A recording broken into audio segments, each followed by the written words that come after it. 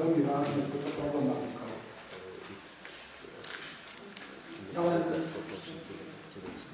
by som chcel vyjadriť svoju veľmi veľkú radosť, že na Slovensku je skupina ľudí, zatiaľ viac menej roztratená, ale predsa len vieme o sebe, ktorí sa zaoberajú problematikou, ako pomôcť rodinám, ako pomôcť ľuďom, ktorí majú finančné problémy.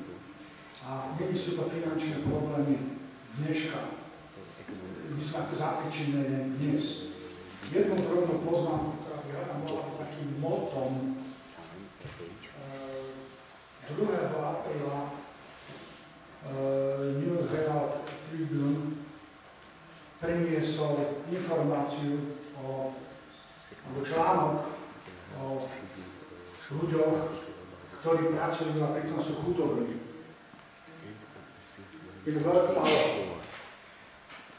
A z tohto článku vyberám jednu takú drobnú citáciu. Z okolností dnes ráno som to čítal, takže mi to ešte zostalo tak nejak v pamäti, že v Paríži 22-ročný chlapík spolu so svojou partnerkou sa rozhodol bývať na parkovisku vo voľnobile z toho dôvodu, lebo nie je schopný si zaplatiť veci, pretože zohnal miesto, kde má 1200 €.